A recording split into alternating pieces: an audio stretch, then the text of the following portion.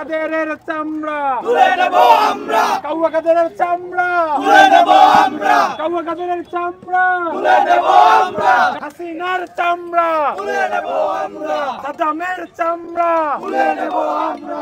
এখন তো এটা বর্তমানে গরুর কলিজা বলা যাবে না, ঠিক আছে? এটা শেখ মুজিবের কলিজা আর হাসিনার কলিজা। যেন পাবলিকের কলিজা কাইটটা কাইটটা নিছে, এখন ওর কলিজা আমরা কাইটটা কাইটটা নেব। এরকম কলিজা আর কোনো সময় কাটি না, এখন যে মজা পাইতাছি। এখন আমি শেখ হাসিনার কলিজা কাটতেছি। বান্ডেল থাকলে প্রতি সেনমানিতে টাকা বাঁচবে। বিকাশ সেনমানি বান্ডিল কিনে জিতুন প্রতি লেনদেনে। শেখ হাসিনা এবং শেখ মুজিবের ইতিহাস সবারই জানা, কাউয়া কাদেরের ইতিহাস আমরা দেখেছি। তো আওয়ামী লীগের এত দুঃশাসন, এত মানুষ হত্যার জন্য যিনি দায়ী, সর্বপ্রথম আমি বলবো যে এই শেখ হাসিনা এবং আওয়ামী লীগের এই সাধারণ সম্পাদক ওবায়দুল কাদের। তাই আমরা তাদের দুজনের মধ্যে দুজনকেই বিভিন্নভাবে প্রতীকী চিহ্ন হিসেবে গরু এবং ছাগলের সাথে তুলনা করে কোরবানি দিচ্ছি।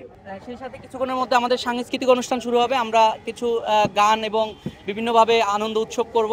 সেই সাথে সন্ধ্যার পরপরই আমাদের খাওয়া, যে গণভোজ, সবাইকে নিয়ে উন্মুক্তভাবে বসে একসাথে খাওয়া দাওয়া করা, সেটাই হবে। ফেস্টিভালের কোরবানি বলতে পারেন।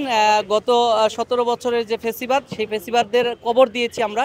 সেই কবরের এখন কোরবানিটা আবার নতুন করে আমরা দিয়ে মানুষকে জানান দিচ্ছি যে এদেশে দ্বিতীয়বার যারাই আসুক না কেন, যদি এই ধরনের ফেস্টিভালের কায়েম করার চেষ্টা করে, তাদের অবস্থা এটাই হবে। এভাবে জনসম্মুখে কোরবানি দিয়ে ফেস্টিভালের মানে দাপন করা হবে। এখানে সকল ধর্মাবলম্বীদের জন্যই আমাদের উন্মুক্ত, যেহেতু গরু রাখা হয়েছে। সেই সাথে হিন্দু ভাইদের জন্য, যারা গরু খাবে না, তাদের জন্য ছাগলের ব্যবস্থা আছে।